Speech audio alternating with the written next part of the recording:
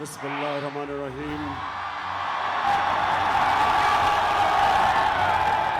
इय्याका नअबुदु व इय्याका नस्तईन।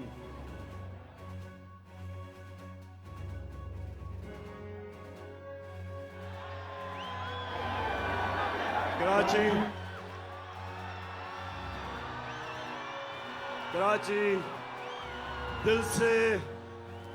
दिल से आपका मैं शुक्रिया अदा करता हूं। बहुत बहुत शुक्रिया।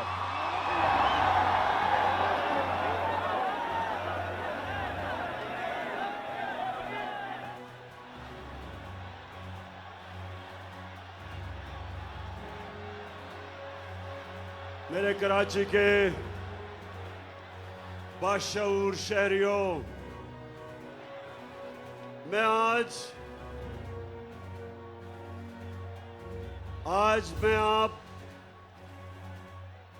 जो मैं आपके सामने आया हूं, बस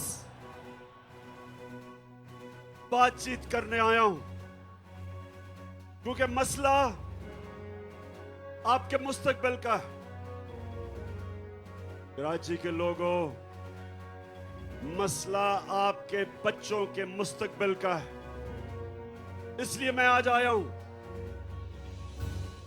और मुझे बड़ी खुशी है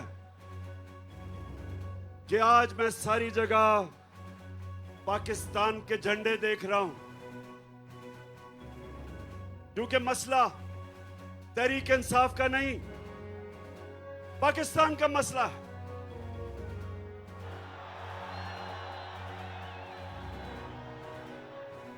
मेरे पाकिस्तानियों, ये जो साजिश हमारे मुल्क के खिलाफ हुई, मैं चाहता हूं आप आराम से पहले सुन लें कि ये साजिश थी या मुदाखलत थी। अच्छा, पहले बताने से पहले जरा हाथ खड़े करके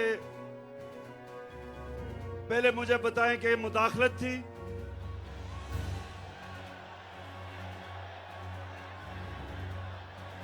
और आप वो बताएं कि ये साजिश थी।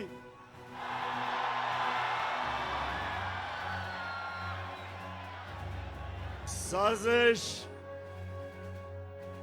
एक बहुत बड़ी बैनुल अक़वामी सतह के ऊपर इस मुल्क से साजिश हुई है, और मैं थोड़ी सी खामोशी चाहता हूं आपसे कि आप मेरे से सुने कि आपके मुल्क से हुआ क्या है। मैं इससे पहले अपनी कौम को यह बताना चाहता हूं कि मैं कभी किसी मुल्क के खिलाफ नहीं हूं, ना मैं एंटी इंडियन हूं, ना मैं एंटी यूरोपियन हूं, ना मैं एंटी अमेरिकन हूं। मैं दुनिया में इंसानियत के साथ हूं। मेरा रब्बुल आलमीन है, सब इंसानों का खुदा है, और मेरे लीडर रहमतुल आलमीन है, सब इंसानों के लिए रहमत बन के आए थे। इसलिए मैं किसी कौम के खिलाफ नहीं। अमेरिका में हमारे सबसे ताकतवर पाकिस्तानी कम्युनिटी है, पाकिस्तानी अमेरिकन्स। वो बड़ी मजबूत और ताकतवर कम्युनिटी है।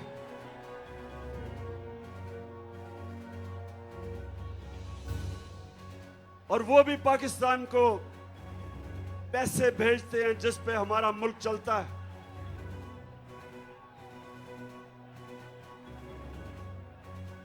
लेकिन मेरे पाकिस्तानियों, मैं दोस्ती सबसे चाहता हूं, गुलामी किसी से नहीं चाहता।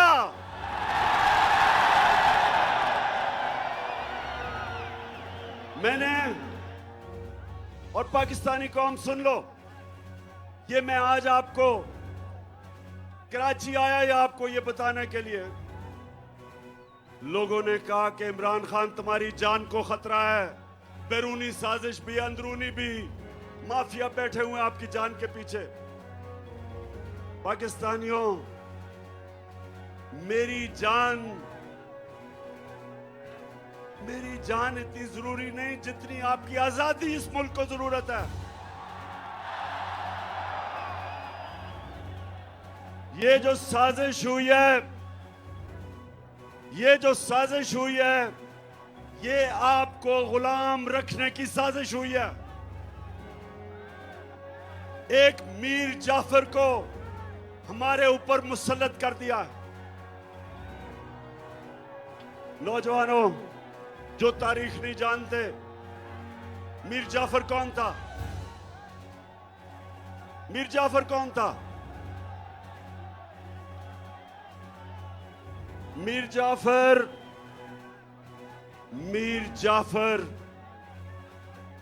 वो एक गद्दार था जिसने अंग्रेजों के साथ मिलके बंगाल का जो मुगल सल्तनत का गवर्नर था सिराजुद्दौला, उसने अंग्रेजों के साथ मिलके उससे गद्दारी की और बंगाल अंग्रेजों के हाथ में चला गया। तो मेरे पाकिस्तानियों सुनो, जो मुगल सल्तनत का सबसे अमीर और खुशहाल सूबा था वो बंगाल था, और मीर जाफर की गद्दारी की वजह से वो अंग्रेजों के हाथ में चला गया। जानते हैं उसके बाद बंगाल से क्या हुआ? बंगाल के ऊपर अंग्रेजों ने टैक्स लगाए, किसानों से उन्होंने पैसा निकाला, किसान गरीब हो गए, कहत पड़ गया, करोड़ों लोग कहत के अंदर बंगाल में मरे। जब अंग्रेज आया था तो बंगाल सबसे अमीर सूबा था, और जब वो गया तो सारे हिंदुस्तान में बंगाल सबसे गरीब सूबा रह गया। तो मेरे पाकिस्तानियों, यहां भी एक मीर जाफर हमारे ऊपर मुसल्लत कर दिया गया साजिश के तहत। ये हमारा जो मीर जाफर है,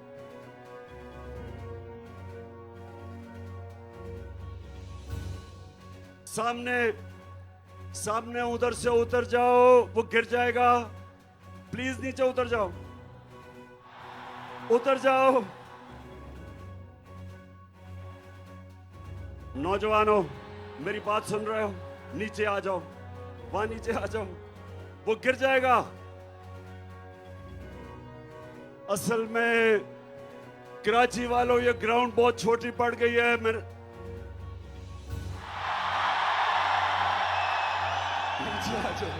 नीचे आ जाओ, गिर जाएगा। जरा वो, शाबाश। अच्छा जी, हाँ मैं डीजल पे आ रहा हूं, अभी डीजल पे आ रहा हूं। हमने डीजल की कीमतें नीचे की थी, ये अब आपकी डीजल की कीमतें बढ़ाने वाले हैं। अच्छा, तो मेरे पाकिस्तानियों, ये साजिश क्या हुई? आज से 3-4 महीने पहले हमें पता चला कि अमेरिकी सफारत खाने में उन्होंने ऑपोजिशन के लोगों से मिलना शुरू किया, और जिन लोगों ने हमारे से अपने जमीर बेच के जो लौटा हुए थे, इनसे भी मुलाकातें करनी शुरू कर दी। और फिर वो कई सहाफी जो खास तौर पे इस साजिश में मुलव्वस थे, वो भी अमेरिकी में एम्बेसी में और सफारत खाने में उनकी भी मीटिंग्स होनी शुरू हो गई। एक सहाफी ने मुझे 3 महीने पहले बताया, कहता आपको पता है कि हमारे ऊपर बड़ा पैसा खर्च हो रहा है, तो साजिश तो पहले से हो रही थी। फिर क्या होता है? अमेरिका में हमारे एम्बेसडर की मुलाकात होती है अमेरिकी ऑफिशियल डोनाल्ड लू के साथ, और ये सुने वो क्या कहता है। पाकिस्तानियों सुने ये क्या कहता है। वो पाकिस्तान के एम्बेसडर को कहता है कि अगर तुमने इमरान खान को, और उसे पता था कि अदम एतमाद दर्ज हो रहा है, असेंबली में टेबल हो रहा है, उसे पता था, अभी असेंबली में आया नहीं था। उधर वो कहता है कि अगर इमरान खान के खिलाफ अदम एतमाद कामयाब ना हुआ तो पाकिस्तान के ऊपर बड़ी मुश्किलों का सामना करना पड़ेगा। धमकी दी। और फिर कहता कि अगर अदम एतमाद इमरान खान के खिलाफ कामयाब होगी तो पाकिस्तान को माफ कर दिया जाएगा।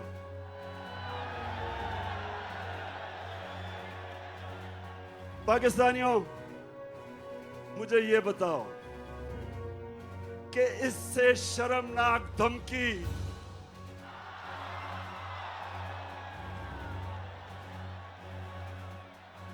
मुझे पता था ये होना है। तो पाकिस्तानियों, इससे शर्मनाक धमकी 22 करोड़ लोगों की कौम को दी जा रही है।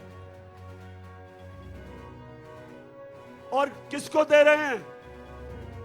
मुल्क के प्राइम मिनिस्टर को, इलेक्टेड प्राइम मिनिस्टर को। जरा कराची के लोगों ये गौर से सुनो, और जो भी आज ये सारे पाकिस्तान में हमारे लोग निकले हुए हैं, पाकिस्तानी निकले हुए हैं इस साजिश के खिलाफ, सब सुने। सवाल मासूमाना सवाल यह है कि प्राइम मिनिस्टर तो मैं हूं, तो वो धमकी किसको दे रहा है कि प्राइम मिनिस्टर को हटाओ? प्राइम मिनिस्टर तो मैं था, और वो धमकी दे रहा है कि प्राइम मिनिस्टर को हटाओ। किससे वो कह रहा है बात? किससे मुखातिब है? और उसके बाद साजिश शुरू। हमारे 20 मेंबर ऑफ पार्लियामेंट, उनके जमीर जाग जाते हैं। उनको एकदम पता चलता है कि जो हो तहरीक इंसाफ तो बहुत बुरी है। साथ 20-25 करोड़ जेबों में डाल लेते हैं, और उसके बाद जो हमारे एहतियाती हैं वो भी छोड़ना शुरू कर देते हैं। तो बताओ पाकिस्तानियों के ये साजिश थी या नहीं? हाथ खड़ा करके बताओ। कौन से मुल्क को इस तरह की धमकी दी जाती है? फिर मेरे पाकिस्तानियों, मैं जरा आज आपसे दिल की बात करना चाहता हूं कि फिर क्या होता है। फिर जनाब हमारे स्पीकर, डिप्टी स्पीकर, वो असेंबली में जाके क्या कहते हैं? उनको जब पता चलता है इस मरासले का, तो वो कहते हैं कि मेरी जो ओथ है, मेरा जो हल्फ है, जो कहता है कि पाकिस्तान की सलामती और पाकिस्तान की खुददारी की मैं हिफाजत करूंगा, ये मुझे इजाजत नहीं देता इस मरासले में जिसमें वाज़ेह तौर पे अदम एतमाद का लिखा हुआ है। और उसने कहा कि मैं अडजर्न करता हूं। उसके बाद जो होता है, सुप्रीम कोर्ट फैसला कर देता है। बड़ी हमें तकलीफ होती है, हम सुप्रीम कोर्ट का फैसला मान लेते हैं। फैसला ऐसा होता है कि हमारे हाथ बन जाते हैं। असेंबली में यह भी बता दिया जाता है कि किस वक्त आपने वोटिंग करवानी है। लेकिन मेरे पाकिस्तानियों, आज मैं आप सबके सामने जो बात करना चाहता हूं वो ये कि जो रात के 12 बजे अदालतें खुल गई, मैं पूछना चाहता हूं कि मैं वो क्या जुर्म करना था जो आपने अदालतें खोल दी।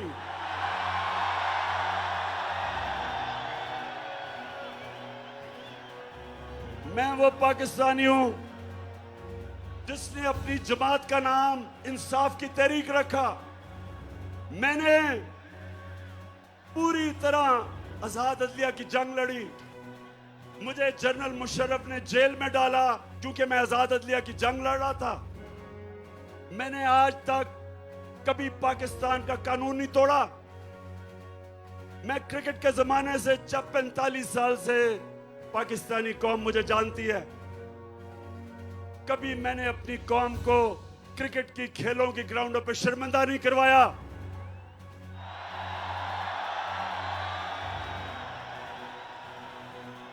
कभी इमरान खान का नाम मैच फिक्सिंग में नहीं आया।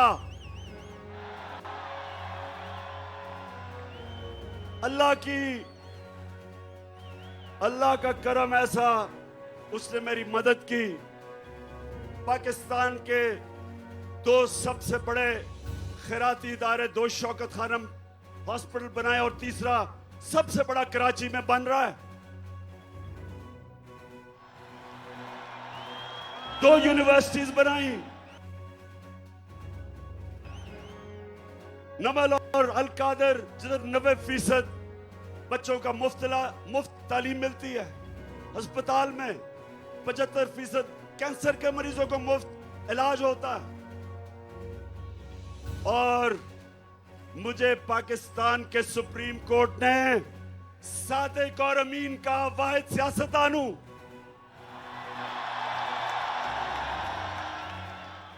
तो मेरा दिल से आज गिला है कि मुझे अदम एतमाद की तहरीक जो मेरे खिलाफ कामयाब हुई, यकीन करें मुझे उसका पहले ही पता चल गया था कि मैच फिक्स हो गया।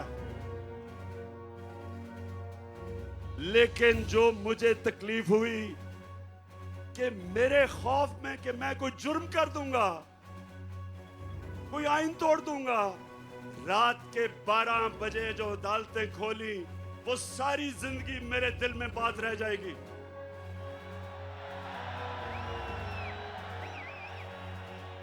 और मैं अपनी अदलिया से 2 और सवाल पूछता हूं कि क्या जब डिप्टी स्पीकर ने अपनी ओथ को सामने रखते हुए, मैं ये सवाल पूछता हूं कि जब उसने वो कहा था कि मुरासला यानी जो साइफर, जो पेपर था, जो डॉक्यूमेंट था, क्या सुप्रीम कोर्ट को कम से कम उसको इन्वेस्टिगेट नहीं करना चाहिए था? इतना बड़ा मुल्क के सदर, मुल्क के प्राइम मिनिस्टर को धमकी मिल रही है कि नो कॉन्फिडेंस कामयाब होगी तो हम ताल्लुकात अच्छे रखेंगे।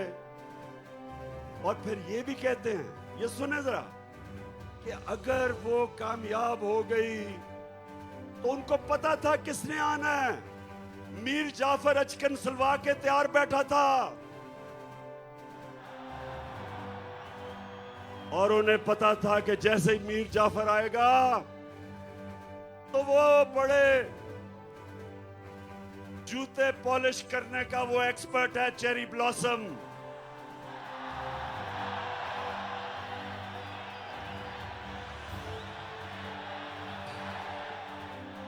आते साथ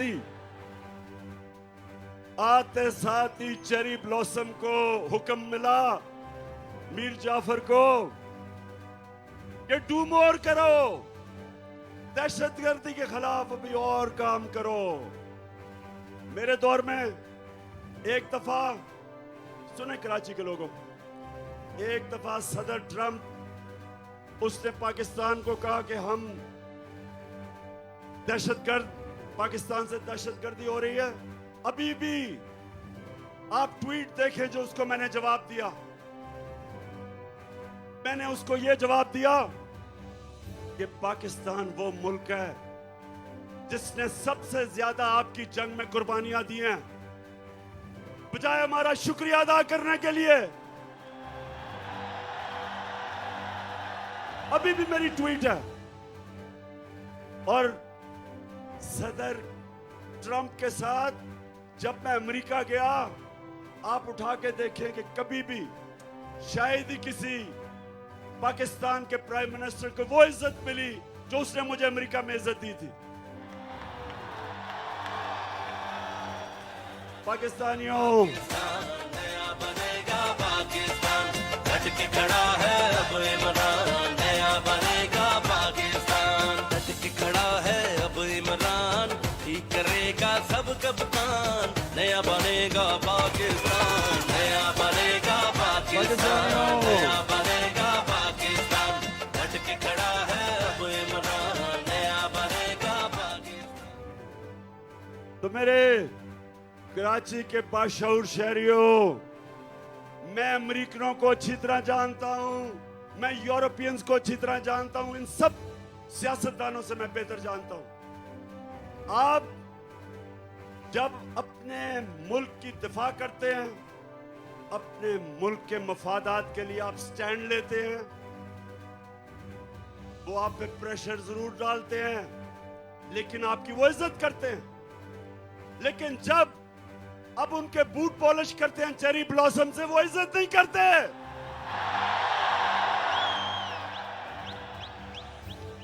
वो और आपको वो और दबाते हैं। और जो मैं आपके पास आया हूं पाकिस्तानियों, पहले तो मैं अदलिया से आखिरी बात कर दूं कि मैं अपनी अदलिया से दूसरी बात कि रिस्पेक्टेड जजेस, जब एक खुली मंडी लगी हुई थी और बिक रहे थे पॉलिटिशियंस, अपने मैंडेट से गद्दारी, अपने हल्के वाले लोगों से गद्दारी, पाकिस्तान के आईन से गद्दारी, हमारे बच्चों, हमारे नौजवानों के लिए सबके सामने वो लोग जिन्होंने असेंबलियों में जाके पब्लिक को रिप्रेजेंट करना है, जब वो अपने आप को बेच रहे थे, तो मैं अपनी अदलिया से बड़े इज्जत से पूछता हूं कि क्या आपको एक्शन नहीं लेना चाहिए था? आपको सुओ मोटो एक्शन नहीं लेना चाहिए था?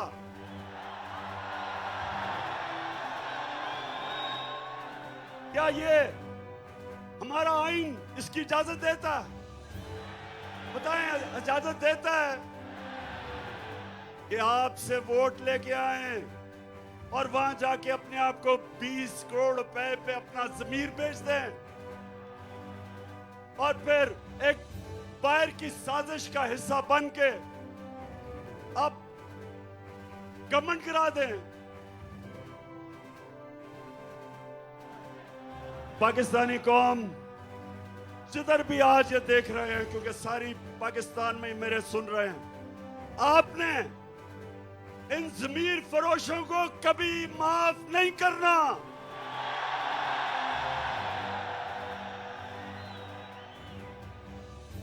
और ये जो पाकिस्तान का मीर जाफर है,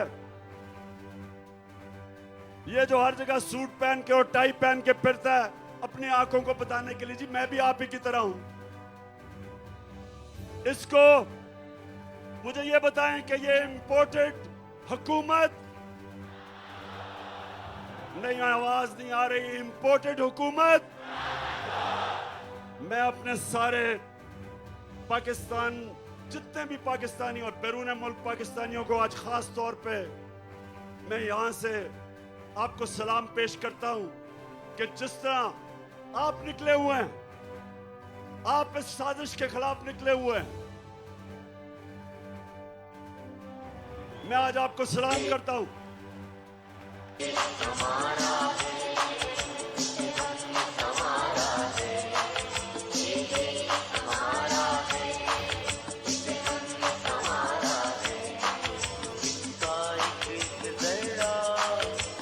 जान से प्यारा है, इसका एक जरा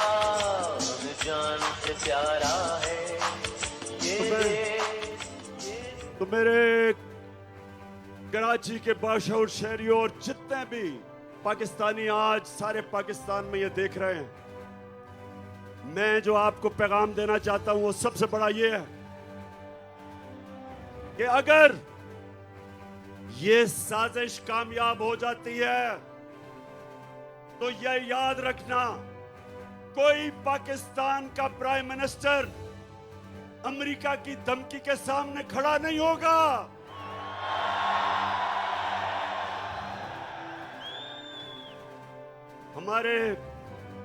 मुझे तकलीफ हुई, कल वजीरिस्तान में हमारे 8 जवान शहीद हुए।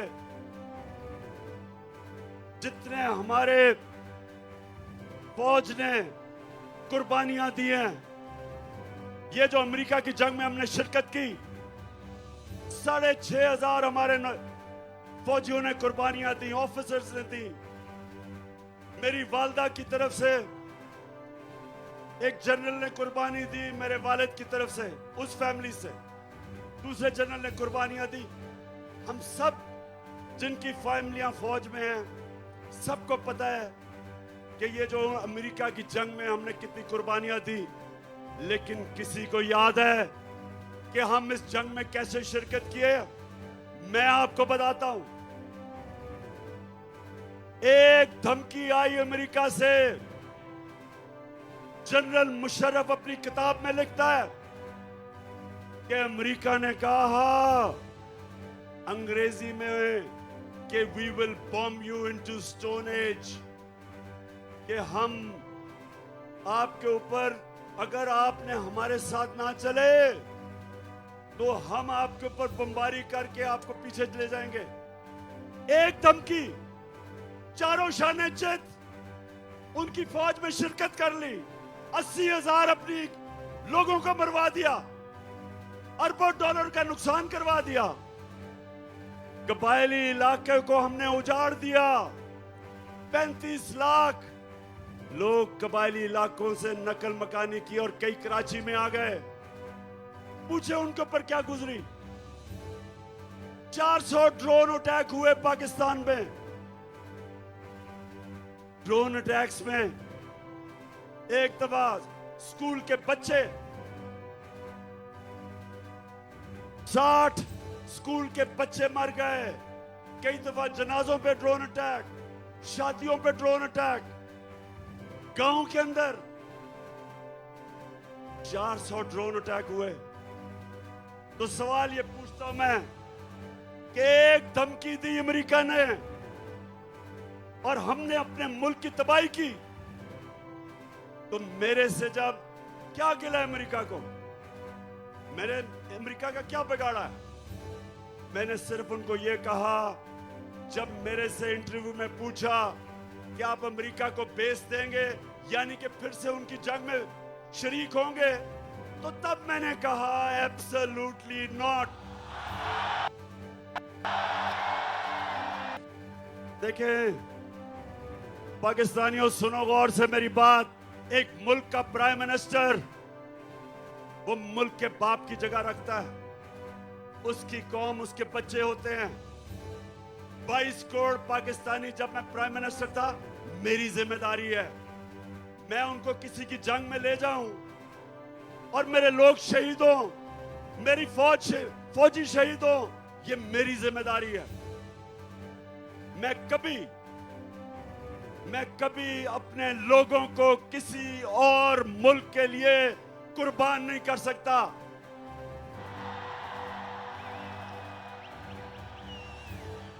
मैं चेरी ब्लॉसम बूट पॉलिश नहीं हूं। मैं इस मुल्क का मीर जाफर नहीं हूं जो बाहर की कुव्वतों से मिलके मुल्क साजिश करके एक इलेक्टेड गवर्नमेंट गिरा दे, बाहर से पैसा आए, लोगों के जमीर खरीद ले। मैं नहीं, सुने, मैं पैसा नहीं दे सकता था। हमारी 4 गवर्नमेंट्स थी, 4 हुकूमतें थी हमारी। मैं नहीं पैसा खर्च करके लोगों को वापस खरीद सकता था। मैंने सिर्फ अवाम का पैसा, गवर्नमेंट का पैसा, अवाम का पैसा, मैंने वही पैसा चोरी करके जमीर खरीदने थे। लेकिन मेरे पाकिस्तानियों, मेरे में खौफ खुदा है, मैंने अल्लाह को जवाब देना है।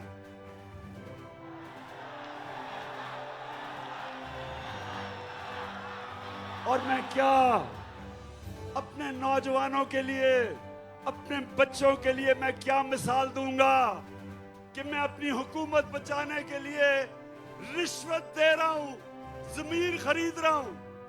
क्या जवाब दूंगा मैं अल्लाह को और अपनी आवाम को? बेहतर है कि हुकूमत चली जाए, लेकिन अपने और आप नौजवानों याद रखो, कभी अपने जमीर का सौदा ना करना, कभी ना करना, क्योंकि थोड़ी देर तो पैसा मिल जाता है, बाकी जिल्लत ही जिल्लत है। ये अब लोटे जमीर फरोश जब पब्लिक में आएंगे,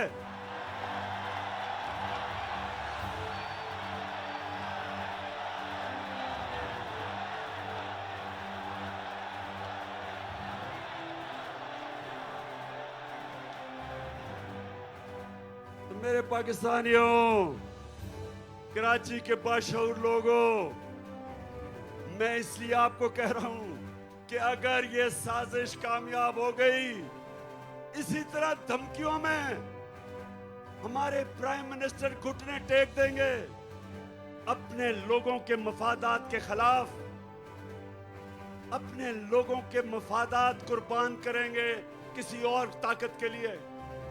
इसलिए जरूरी है कि ये मीर जाफर की हुकूमत को हम कामयाब ना होने दें। तो पाकिस्तानियों, फिर सुने, एक जनरल मुशर्रफ ने घुटने टेके उनकी जंग में ले जाने के लिए, और दूसरी तरफ उसने पता कब घुटने टेके? कोंडालीजा राइस, जो उनकी अमेरिका की सेक्रेटरी ऑफ स्टेट थी, वो अपनी किताब में लिखती है कि मैंने बेनजीर और जनरल मुशर्रफ को इकट्ठा किया, और क्योंकि हम चाहते थे कि हमारी जंग लड़े ये, तो मैंने इन दोनों को इकट्ठा किया, और तब जनरल मुशर्रफ ने एनआरओ दिया इन दोनों बड़े डाकुओं को, जरदारी को और नवाज शरीफ को। ये तब एनआरओ दिया गया, सारे इनके करप्शन के केसेस माफ कर दिए गए, ये फिर वापस आए। 10 साल इन्होंने मुल्क को लूटा, 10 साल मेरे ऊपर पहले दिन से प्रेशर डाला कि इनको एनआरओ दो, आज गवर्नमेंट करा देंगे, कल लॉन्ग मार्च कर देंगे। सारा वक्त इन्होंने मुझे ब्लैकमेल करने की कोशिश की कि हम इनको एनआरओ दे दूं। मैंने इनको तब कहा, मुझे फख्र है कि मैंने अल्लाह से वादा किया था कि मैं कभी अपनी कौम से गद्दारी नहीं करूंगा।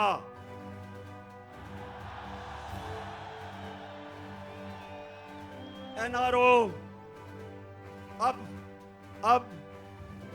अब क्या हुआ है? जो सबसे मैं आपको बताने लगा हूं, मैं क्योंकि मगरबी माशरे को जानता हूं, आप यकीन करें मेरे पाकिस्तानियों कि शहबाज शरीफ के ऊपर 40 अरब रुपए के करप्शन के केसेस हैं एफआईए और नैब में। 40 अरब।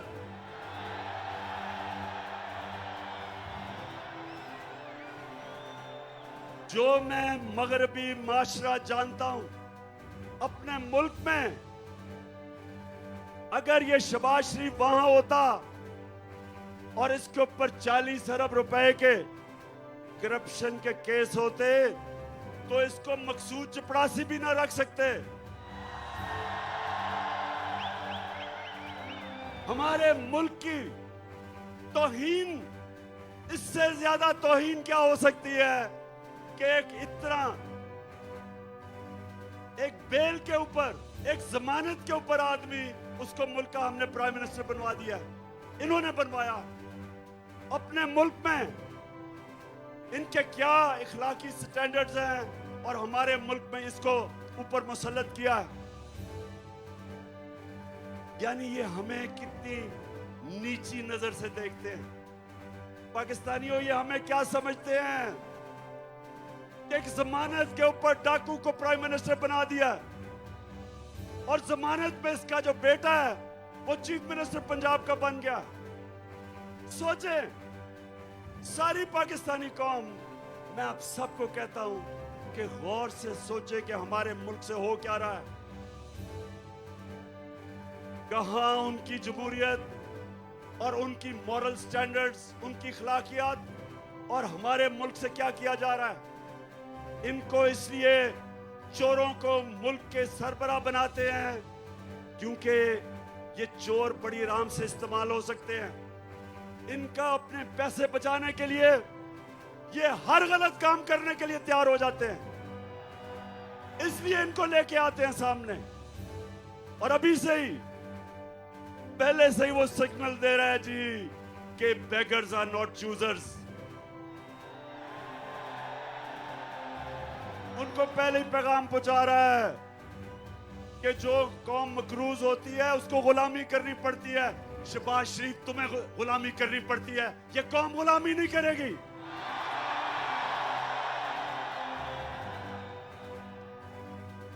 कराची के लोगों, जो अब आगे होने जा रहा है, मैं इसलिए आप सबके पास आया हूं। अब ये क्या करेंगे? जब आपने बाहर से साजिश के तहत हमारे ऊपर अमेरिकनों ने इसको मुसल्लत कर दिया है, अब ये क्या करेगा? सबसे पहला काम इसने क्या किया कि जो 16 अरब के इसके ऊपर केसेस थे, जो नौकरों के नाम पे इसने 16 अरब रखे हुए थे, जिस FIA ने इन्वेस्टिगेट किया था, जिस ऑफिसर ने, सबसे पहले इसने उसको फारग किया, सबसे पहले उसको निकाला है। फिर लाहौर नैब पे इन्होंने फिर आदमी लेके आया है जो इनके केस खत्म करेगा और दूसरों के ऊपर केस बनाएगा, इंतकामी कार्रवाई करेगा। ये है पाकिस्तानियों, ये है पाकिस्तान जिधर आज खड़ा कर दिया है कि वो लोग जो 30 साल से मुल्क को लूट रहे थे, उनको वापस मुसल्लत किया हमारे ऊपर। और वो अब क्या करेंगे कि हमारे दौर में जिन ऑफिसर्स ने